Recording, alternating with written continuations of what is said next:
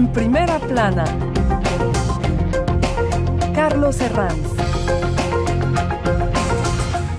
Bienvenidos en Primera Plana. Esta semana ponemos el foco en un tema del que comienza a hablarse y mucho, la pandemia y la natalidad. ¿Cómo va a afectar esta crisis sanitaria a la población mundial? Lo hablamos ya con nuestros invitados. Paola Martínez Infante, periodista independiente. Bienvenida, Paola. Hola, Carlos. Mi compañero Joel Asoco, periodista económico en el diario Jonah Freak. Joel, bienvenido. Gracias, Carlos.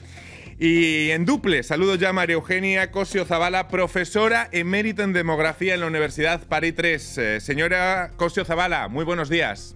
Buenos días. Voy a contestar a las preguntas sobre este tema importante e interesante. Natalidad y pandemia, hoy en Primera Plana. La pandemia ha hundido la natalidad. Cuando hace ya algo más de un año comenzaban a decretarse los primeros confinamientos, surgían esas primeras bromas sobre un eventual baby boom, derivado de quedarse tanto tiempo en casa. Pero los datos muestran el efecto contrario. En países como España, una caída aguda del 20% en el último año, según datos del Instituto Español de Estadística. Un patrón que se repite en la mayoría de los países desarrollados. Según los expertos, el miedo a un futuro incierto y las repercusiones económicas de la crisis serían las principales razones para este descenso de la natalidad. ¿Con qué consecuencias? Lo vamos a analizar hoy en Primera Plana. Antes, repasemos algunas portadas que nos deja este asunto. Diario Le Figaro, aquí en Francia. Inquietud ante la bajada de natalidad en Francia. La crisis económica derivada de la sanitaria, principal factor. Courrier International lleva este tema a su portada. Fin de los bebés que se registra en muchos países desarrollados, citando el caso de Estados Unidos, Japón, Dinamarca o España. También la prensa latina, como el vocero de Puerto Rico, se ha hecho eco de esta preocupación. Y el diario New York Times, en un editorial, va aún más lejos, explicando que es una buena noticia, que es algo bueno para el planeta este descenso y que más que lamentarlo, deberíamos celebrarlo. Bueno, Paola, al contrario de lo que pensamos, esta crisis no va a dejar ningún baby boom. ¿Tienen claro, como dice el New York Times, que esta sea una buena noticia para el planeta? Primero hay que analizar que el tema del confinamiento, si bien es cierto, todo el mundo se esperaba que era un baby boom, las circunstancias del confinamiento fueron particulares para todo el mundo, había que continuar a trabajar, había que encerrarse en departamentos a veces exiguos, etc. Y por supuesto que la sorpresa hoy día, con esos estudios que salieron recientemente, con la natalidad ha bajado. Tal vez el New York Times tiene razón en un aspecto y de alguna manera también hace una correlación con los antinatalistas, en la cual ellos piensan y su fundamento de ese movimiento ideológico es que un niño más es un problema para el medio ambiente porque aporta 50, no sé cuántas toneladas de óxido de carbono. Yo no pienso que un niño venga a aportar un problema más, digamos, al planeta, sino que más bien hay que cambiar tal vez el modelo y el paradigma de cómo hoy día abordamos la cuestión planetaria, porque si bien es cierto, la natalidad y las tasas de natalidad siempre están ligadas a la cuestión económica y a la reproducción de mujeres, que lo veremos más tarde, hoy día el tema medioambiental se le agrega también, pero no pienso que un niño hoy día sea, como digamos, una buena noticia, el hecho de no traer bebés al mundo como una buena salud, una buena noticia para el planeta. Hay que pensar nuevos modelos, hay que pensar nuevas maneras de consumir, hay que repensar modelos de producción diferentes, tal vez repensar el capitalismo tal cual lo conocemos hoy día, gran tema en construcción, pero es cierto que reúne y hace una correlación a los antinatalistas. Hay que tener cuidado con esa ideología, que es una ideología más bien extincionista. Joel Asoco, a bote pronto, ¿buena noticia o no? Espero que no sea una buena noticia y hay que tomar en cuenta el hecho de que fue una carta al New York Times, no era una posición oficial del periódico, a esa diferencia, pero espero que esa manera de pensar no sea la verdad, porque bueno, la consecuencia será decir, bueno, abandonamos toda idea de mejorar el planeta, de mejorar nuestra manera de producir, de consumir y todo eso. Eso sería un pensamiento pesimista y espero que no entremos en ese tipo de dinámica. Eso en mi caso no es una buena noticia. Profesora emérita en demografía, María Eugenia Cosio, desde la Universidad París III, nos va a ofrecer algunas claves para entender mejor de lo que estamos hablando.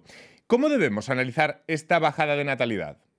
No se puede analizar muy bien porque hay muchos países que no tienen registros confiables de nacimiento, pero ya sabemos que ha bajado en algunos países como Francia, Estados Unidos, Corea del Sur, etc.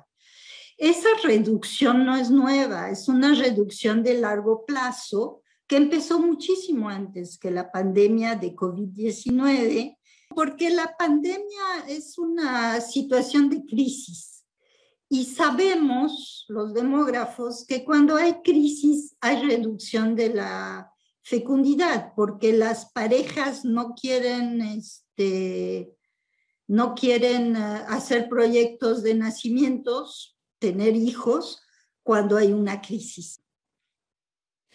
Pues vayamos a las causas del fenómeno que citaba la profesora María Eugenia. En un país que siempre ha sido de alta natalidad en Europa, por ejemplo, si comparamos con su entorno, que es Francia, el diario Le Monde apuntaba que el miedo a un futuro incierto y las repercusiones económicas de la crisis serían las principales razones para este descenso de la natalidad. ¿La incertidumbre está en el fondo de este fenómeno? Totalmente. Y solamente una cifra, por ejemplo, en Chile, el año pasado habían 34.000 nacimientos en los 2 primeros meses del año y este año ha habido 27.000 nacimientos. O sea, hay una baja considerable. Y una de las razones justamente que esbozan los demógrafos en Chile y en muchos países de América Latina, porque es un fenómeno que se ha repetido en varios países, en Argentina, en México potencialmente, salvo Bolivia y Perú, que sigue más o menos con una tasa más o menos estable, pero la incertidumbre económica es el factor determinante. Hoy día, por ejemplo, en Chile existe un dicho que dice, un chico nace con la marraqueta bajo el brazo, que es un augurio de prosperidad y un augurio de buena racha económica. Sin embargo, hoy día, con el contexto actual, de una crisis que es pandémica también, porque la crisis económica es una crisis pandémica al mismo tiempo que la crisis sanitaria, generó incertidumbre en las parejas y no quieren tener hijos, porque piensan que justamente tener un hijo significa una inversión a largo plazo y sabemos que también, aparte de las consideraciones éticas, morales, de satisfacción y de amor y compañía, un hijo es una inversión importante de manera económica. Entonces, esa incertidumbre económica que hoy día está siendo latente en muchos países en América Latina hace que las personas la piensan 2 veces antes de proyectarse en una maternidad. Claro, no sé si al hablar de países como España, Francia, Corea del Sur, Estados Unidos, donde ha bajado la natalidad, estamos centrándonos mucho en países, en un efecto en países desarrollados. Joel, en un continente mucho más joven que es el africano, no sé si este fenómeno, sus claves y sus consecuencias se ven de una forma, de una perspectiva muy distinta. Distinta, y lo urgente es llegar a esa baja de natalidad en África, así que bueno, son problemas de países ricos, pero al mismo tiempo, para quedarse en el caso del Occidente por un momento, pienso que una razón por la cual los políticos y todo eso están tan... en el caso de Japón, por ejemplo, la baja natalidad fue algo que ocurrió en 10 años. Entre 47 y 56, la tasa de natalidad fue dividida en 2 y nunca regresaron a los niveles de antes. Así que, bueno, pienso que la gente está imaginando que algo así puede suceder en Europa, en los Estados Unidos, en América Latina, y sería muy difícil cambiar esa dinámica cuando empieza. Pero en África no tenemos otros problemas. Claro, es que las consecuencias demográficas de esta pandemia las mediremos por 2 variables, el número de muertes y la bajada de la natalidad. Hasta ahora solo hemos tenido en cuenta la primera variable. No hemos hablado tanto de este tema, lógicamente, porque hacíamos casi un recuento a diario de las muertes. Por las circunstancias. Claro. Cuando estás con la nariz en una crisis, poco tiempo te queda para tomar distancia y analizar las cosas a largo plazo. Por supuesto que al principio de la pandemia, en los momentos más álgidos, lo único que hacía la gente era contar los muertos y cada país se hacía un índice, una clasificación según la cantidad de muertos que había. Hoy día, con un poquito más de distancia, se están viendo los efectos justamente de esa crisis y el efecto está ahí, la natalidad ha bajado. Pero, ojo, también tiene que ver con lo que decíamos anteriormente, la incertidumbre económica, y en América Latina la tara de la desigualdad es una tara que existe desde hace mucho tiempo atrás, que había ganado algunos matices de igualdad, etcétera, y con el tema de la pandemia se vinieron a agravar esas dificultades. Es cierto que hoy día yo pienso que aún es muy temprano, como lo decía la demógrafa, para poder tener unas cifras exactas y un análisis a largo plazo de lo que puede pasar más adelante. Tal vez unos años más exista un baby boom de nuevo que va a aparecer por nuevas perspectivas económicas y de de visión de futuro de la reproducción y de la natalidad. Le vamos a trasladar justo esto de lo que habla esta pregunta a nuestra profesora en demografía, María Eugenia Cosío.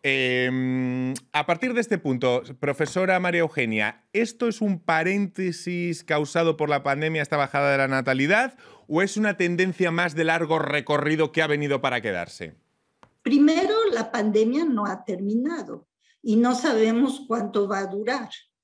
Pero con la crisis, y es lo que se ve con los datos que ya existen, sí hay una posposición de los nacimientos. No sabemos si eso es para siempre. Normalmente después de una crisis hay un baby boom. Dependerá mucho de la situación económica y social después de la pandemia. Pero hay dos tipos de sociedades. Hay sociedades donde hay una libertad para escoger el número de hijos que quiere la pareja o la familia, y ahí es donde se observa esta reducción coyuntural por el COVID. Pero al revés, hay muchos países donde se han dejado, justo por la pandemia, se han dejado de distribuir los métodos anticonceptivos en grupos de poblaciones vulnerables, y allí hay un aumento de nacimientos no deseados. Pero no solo eso, ha aumentado la mortalidad materna y la mortalidad neonatal, es decir, de los niños justo antes o justo después del nacimiento. Claro, la profesora María Eugenia nos cuenta esas otras variables que hay que tener en cuenta a la hora de hablar de cómo los efectos de la natalidad durante esta pandemia. No sé si son más partidarios ustedes de la teoría del paréntesis o de una tendencia más a largo plazo, Joel. Quizá a largo plazo. Lo que, cuando hablaban de este baby boom durante la pandemia, yo pensaba que eran hombres haciendo esas proyecciones, porque, bueno, en el caso en unos países asiáticos, se dan cuenta de que las mujeres pasan algo como 23 horas en las tareas del hogar y los hombres 4 horas. Sí. Así que en la pandemia, cuando toda la gente era en el mismo sitio, pienso que esa diferencia fue aún más larga, y no pienso que la memoria de esos meses, pienso que puede tener un efecto negativo de largo plazo. Es una amenaza, pienso. Lo vamos a seguir hablando de cómo afecta la natalidad en estos tiempos de pandemia a vuelta de pausa aquí en Primera Plana. Hasta ahora.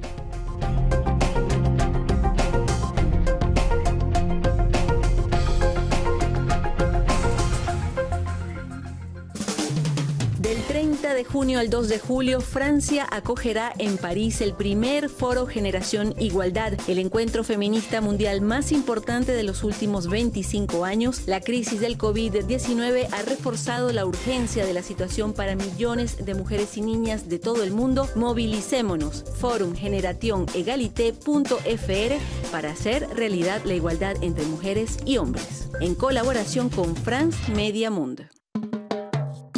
Camino Real y RFI Talón presentan Luz Trasera. Los que se pisan, me voy de casa y la cita no sirve. No hay solución para este problema, no veo el fin del tema. Tampoco hay nada que me motive, nada para quedarme. No hay nadie que valga la pena, nadie que me inspire. Descubre el nuevo álbum EP del artista franco-colombiano Caleño. Disponible en todas las plataformas digitales. Seguimos en Primera Plana, hoy hablando de natalidad en tiempos de pandemia. Ya saben que la natalidad ha sufrido una gran bajada en muchos países, sobre todo el mundo desarrollado como Estados Unidos, como Francia o como España. Lo hacemos con Paola Martínez Infante, periodista independiente, Joel Asoko, periodista económico en el diario John Afrique, y en duples a María Eugenia Cosío Zabala, profesora emérita en demografía. Bueno, hay expertos que señalan que la causa de no decidirse a tener un hijo es que en esta crisis cuesta proyectarse, que en cualquier crisis cuesta proyectarse, y claro, el ejercicio de tener un hijo exige una mirada a largo plazo, porque exige bueno, para empezar, un volumen económico, pensar en proyectarse a largo plazo, ¿no? Y una crisis impide esa proyección, ¿no? Desde siempre ha sido el caso, por eso hablamos que la incertidumbre económica hoy día frena esa tasa de natalidad. Y hay que decirlo, cuando uno piensa en tener un hijo, tengo 2 en ese caso, uno piensa ya de manera, o sea, independiente, insisto, sin considerar las cosas emocionales y todo eso. Hablemos del aspecto puramente tangible, del frío, ¿no? En ese aspecto es cierto, tener un hijo, traer un hijo al mundo, tiene consideraciones económicas evidentes. Sobre todo pensemos en países donde la desigualdad es súper importante. Pienso en Chile, por ejemplo. Una mujer que decide traer un hijo al mundo tiene que... Sistema de salud que es súper pobre, donde hay que pagar todo, cuesta una fortuna, hay que pensar en eso. Segundo, la educación, luego.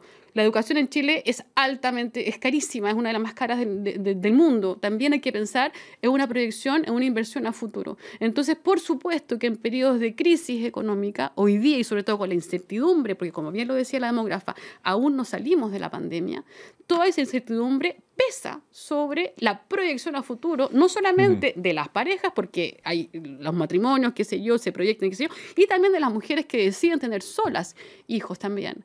Es una consideración económica que no hay que olvidar. Siempre hay que pensarlo como una inversión a largo plazo, por supuesto. Y en los países donde no existen las condiciones económicas, ni de igualdad, ni de paridad, ni de congé, ni de postnatal, y etcétera, que lo hablaremos más tarde, tampoco se dan esas condiciones y las cosas se reducen y la tasa de natalidad indudablemente tiende a bajar. Muy comentados estos últimos días está siendo las políticas de China. Pekín eliminó en 2016 su política del hijo único, que llevaba en décadas en vigor, y ahora permitirá hasta 3 por familia.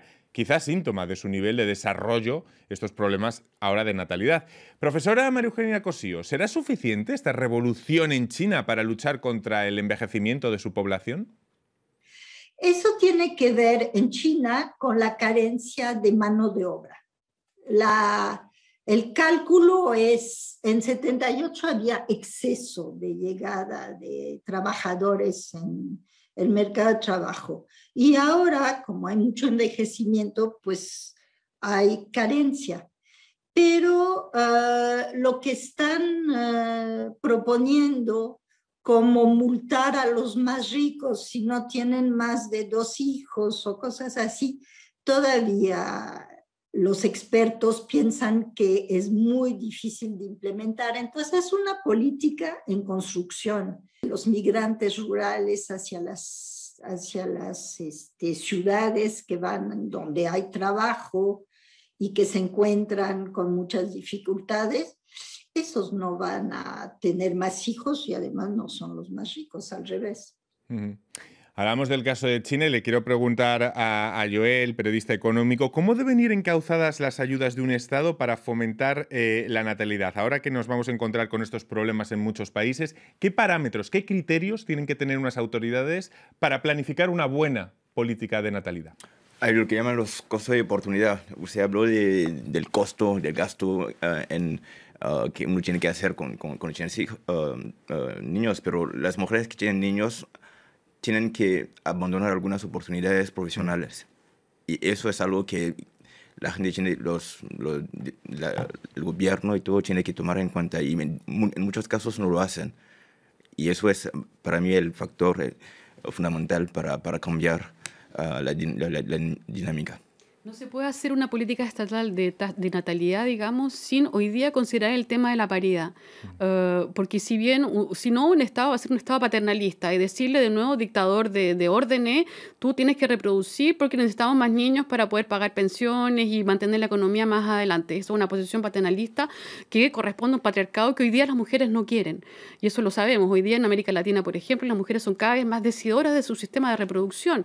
Y por esa misma razón, la baja, insisto, la natalidad no solamente es una cuestión que viene con la pandemia, ya venía produciéndose desde antes. Entonces yo pienso que hoy día si un Estado quiere justamente rebooster, darle de nuevo un nuevo aliento, digamos, a la natalidad, tiene que considerar indiscutiblemente la paridad dentro de sus políticas. Esa visión estadista tiene que tener una visión de género y no tratar a la mujer como un objetivo de ser madre puro y duro. Por supuesto, y al mismo tiempo hay que saber que hoy día, de hecho, la baja natalidad en América Latina tiene que ver con ese movimiento también, un movimiento feminista que ha cambiado el paradigma. Por algo han surgido movimientos como les No More Mothers, o las no madres, las chicas también hoy día 15, 20 años y 30 años, piensan 4 o 5 veces y tal vez quitan nunca. La presión de encima. Por supuesto, hay una carga emocional que tú mencionabas anteriormente muy importante y esa carga emocional tal vez no la quieren, por eso también está la idea, la dicotomía, es que elijo carrera profesional o maternidad, conciliar las dos es posible, pero también requiere una carga emocional, por supuesto. Yo pienso que el hecho de que hoy día las mujeres tengan menos hijos y se proyecten menos en la maternidad tiene que ver con ese cambio que surgió hace ya varios años, en la cual la maternidad no es la causa absoluta ni la razón absoluta de tu pasaje por la tierra, mujer. Exacto. Digamos, Aunque es verdad que el sistema, bueno, la inercia histórica les ha dicho tantas veces a las mujeres que una mujer no se realizaba hasta que no fuese madre. Ahora las nuevas generaciones se han quitado eso de encima por la igualdad y porque, lógicamente, es mentira. Una mujer sin puede ser... también la causa-efecto y la correlación entre educación y fecundidad. Mientras más las mujeres son diplomadas, mientras más estudios hacen, menos tendencia tienen a pensar justamente en la maternidad como una posibilidad de realización. Y al mismo tiempo existen aberraciones horribles como Apple o como Facebook, que en 2014 proponían, digamos, la congelación de óvulos, que sigue haciéndolo, por ejemplo, para que las mujeres pudieran conciliar maternidad y vida profesional. Siempre la mujer va a tener ese doble estándar, esa doble problemática, es ¿qué hago? ¿Cómo elijo? ¿Soy madre o soy profesional? ¿Entiende? Entonces, en esa perspectiva, hay muchas mujeres hoy día que deciden no tener hijos y que a juste titre, con mucha razón, digamos, porque es una elección. Yo decido de mi cuerpo, yo decido qué hacer de mi reproducción. Y ese movimiento es un movimiento, un cambio de paradigma que ha venido operándose. Es quizá la gran revolución a la que asistimos, que las mujeres se apropien de su aparato reproductivo. Por supuesto. ¿Quién eres tú, Estado, quien sea, para decidir que si yo tengo o no que tener bebés? ¿De cierto? Para poder alimentar qué economía, digamos. Yo no soy tan en favor del Estado interviniendo en decisiones de familia, de niños y todo eso, porque en la historia siempre los resultados fueron pésimos. Sí.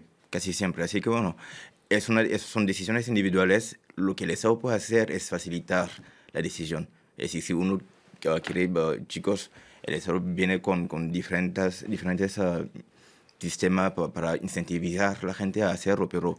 Es crear el clima. Crear el clima para que esa decisión sea lo más libre posible. Debiera ser lo más absolutamente libre posible, lo sabemos, pero insisto... Pero lógicamente hay políticas que van contra esa libertad. Por ejemplo, entregar los cheques bebé. Entregar a una persona un cheque de bebé no parece que sea la mejor política porque no afecta igual a una clase rica que a una clase pobre. Y de hecho Zapatero cuando lo propuso hace años atrás no funcionó español. Efectivamente y no tuvo el efecto que ellos deseaban. Porque insisto, hay un cambio de mentalidad. Hoy día las mujeres tienen un empoderamiento que va más allá del hecho de realizarse a través del hecho de ser madre, independiente de que el Estado te ponga todas las garantías posibles. Siempre hay una separación y una diferencia, una brecha importante entre una política, una promulgación de una ley y en la aceptación y en la aplicación de esa ley. Pensémoslo en el postnatal, por ejemplo. En muchos países el postnatal existe, son avances sociales importantes, pero hay 1% de los hombres que lo toman. ¿Entiendes? Entonces hay que siempre pensarlo desde ese punto de vista. El Estado propone cosas, leyes que dan cuenta de una evolución social, de un cambio de mentalidad, etcétera, pero después hay que ver cómo la sociedad, cómo los hombres también, insisto, a los hombres no es una cuestión solamente femenina, la reproducción, hablemoslo claramente. Hay mucho más ligación de trompas que vasectomías en el mundo y eso es una constatación. Entonces la paridad tiene que estar en el centro de esas nuevas políticas estatales. Le quiero preguntar a la profesora María Eugenia Cosío la misma pregunta con la que nosotros arrancábamos el programa. ¿Es realmente una mala noticia este descenso de natalidad? Hay diferentes aspectos en esa pregunta. La preocupación por la baja de la natalidad es por el envejecimiento de la población y la falta de atención a la población envejecida por muchos países que no tienen las políticas sociales de pensiones o de atención a la salud adecuada. Y se señala mucho el perjuicio contra las mujeres porque ellas son las encargadas de atender a los abuelitos y a las personas de mayor edad. Entonces, cuando hay buenas políticas sociales y que hay libertad de escoger el número de hijos que se quiere, hay una propensión a tener familias pequeñas para las poblaciones que tienen mejores condiciones de vida, donde ha habido mucha esperanza por la educación, el estudio de las mujeres, condiciones de trabajo femenino de buena calidad y políticas que acompañan esa inserción de las mujeres en el mercado de trabajo. Y además a nivel familiar, donde hay family leave, es decir, acompañamiento para el embarazo, la maternidad y la paternidad.